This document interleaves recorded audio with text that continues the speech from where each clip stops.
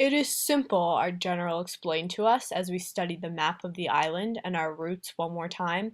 We were about to begin our first offensive in the Central Pacific campaign against the Japanese, and we thought we were ready.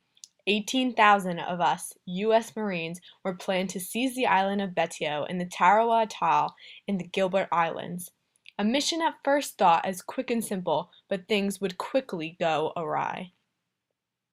We had all our supplies lined and ready to go. Immense amounts of extra ammunition, weapons, and any other necessity needed to win the battle.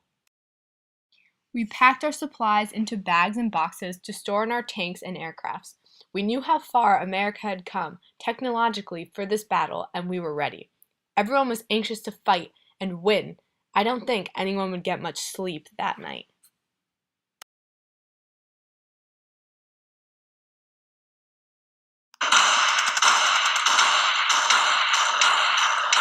Get as many to land as possible, quickly! Everyone was in a panic when we quickly realized this would not be a smooth battle. Low tides were preventing us, some of our landing crafts, from clearing the coral reefs. We struggled to get as many as we could along the shore onto the island. Watch out! Watch out! People screamed as we were shot at by 4,500 Japanese troops from their trenches. We ran from our aircrafts as we watched our fellow Marines come ashore in our heavily equipped amphibious assault tank, which was crawling over a shallow reef and other barriers in its way and was armed with machine guns. Take cover! We could hear them scream in agony as we could do nothing but get to safety without them. We marched to find shelter after the first wave had stopped. So much had already been destroyed and my legs were weak from running. All we could do now was wait for morning.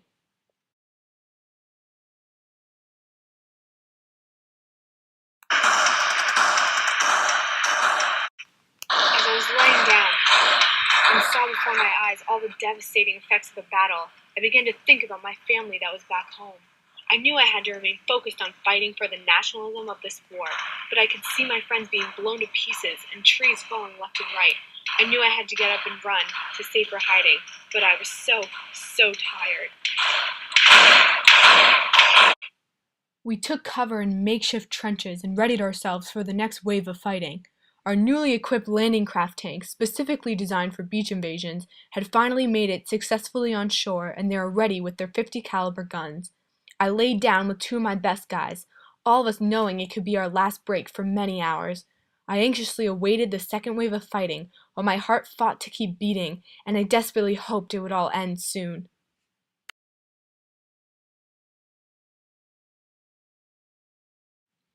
It was now day 3 of the battle, if I recall, November 22nd now.